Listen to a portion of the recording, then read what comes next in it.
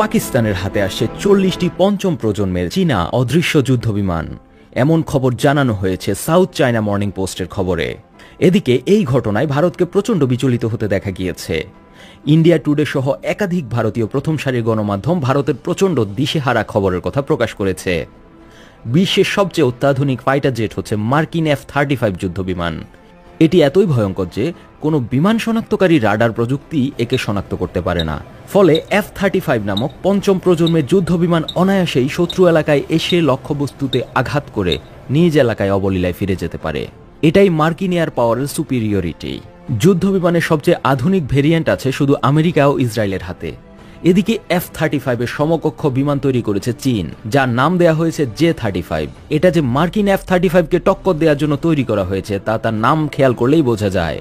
এদিকে south China morning পোস্টের এক খবরে নিশ্চিত করা হয়েছে যে চীন প্রথমবারের মতো তাদের এই অদৃশ্য হওয়ার ক্ষমতা সম্পন্ন যুদ্ধবিমান দিচ্ছে পাকিস্তানকে।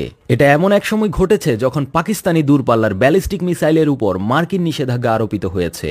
পাকিস্তান ক্ষেপণাস্ত্র নিষেধাজ্ঞা পাওয়ায় বেজায় খুশি হয়েছিল ভারত, কিন্তু পাকিস্তান চীনের কাছ থেকে 40টি পঞ্চম প্রজন্মের J-35 স্টেলথ যুদ্ধবিমান পাওয়ার খবরে ভারতের কপালে চিন্তার ভাঁজ দেখা দিয়েছে। কারণ ভারতের কাছে কোনো পঞ্চম প্রজন্মের যুদ্ধবিমান নেই, আছে একটা নাম খাওয়াস্তে under development AMCA project. Pakistan পঞ্চম প্রজন্মের যুদ্ধবিমান পাওয়ার খবরে উপমহাদেশের আকাশে ডগ ফাইটের সমীকরণ বদলে যেতে শুরু করেছে।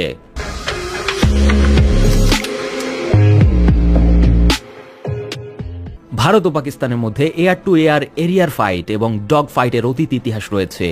এমত অবস্থায় পাকিস্তান এয়ার সুপিরিয়রিটি লাভ করার খবরে মোদী প্রশাসনের সামনে একটা বড় চ্যালেঞ্জ এসে দাঁড়ালো। চীনা এই J-35 হচ্ছে পঞ্চম প্রজন্মের এমন একটি যুদ্ধবিমান যা কিনা স্টেলথ প্রযুক্তিতে তৈরি। এটি নেক্সট জেনারেশনের এভিওনিক্স এবং অদৃশ্যকারী প্রযুক্তির সাহায্যে তৈরি করা হয়েছে। ভূমিতে, আকাশে কিংবা জলভাগে এটি সমানভাবে আঘাত করতে সক্ষম।